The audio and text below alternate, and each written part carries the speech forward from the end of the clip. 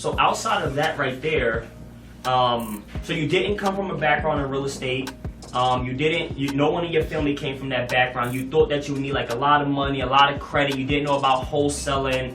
You see me, somebody you went to school with, do his first deal right in your same neighborhood, ran into Jay Morrison, and it really, really inspired you to really realize that I got to go out here and try to get this.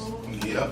So during that time frame, I believe you hosted an event in Lakewood at one point, and so I went to that event, and that's the first time I seen Jay Morrison in person. And you know, after that event, I think I went to another private session he had. Okay. So he was breaking down the wholesaling and how to get into it, from A to Z.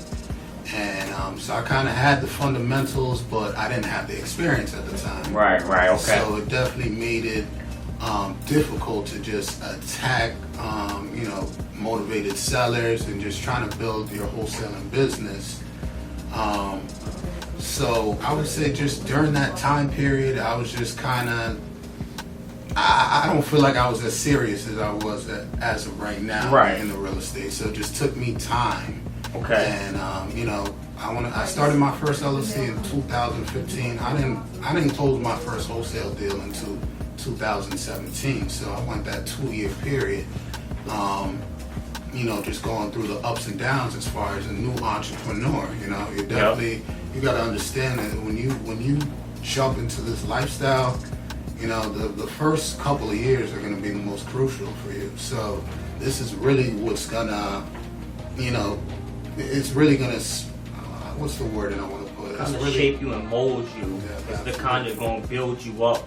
It's like when you're building a house, like you got to build a foundation. And that leads me to my next set of questions for you is, early on in your entrepreneurial career, what were some struggles that you had? Like, what did you lack that you needed to have to be successful as an entrepreneur? You said it took you about 2 years to get your first deal, which is, it's a long time, and again, everybody's story is different, but if it took you 2 years to get your first deal, there clearly had to have been something that you were lacking. So looking back on that, what do you think them things that was holding you back at that time? I would say the biggest thing is confidence. Confidence. That's the biggest factor. You're telling somebody, look, I can pay $100,000, $200,000 for your property, and you can't be stuttering. You can't be nervous. You gotta be confident with what you're talking about, and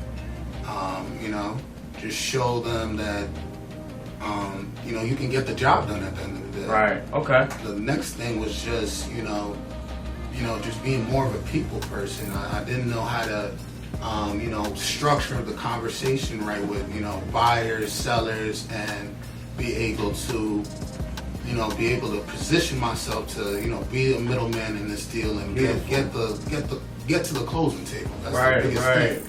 I love it.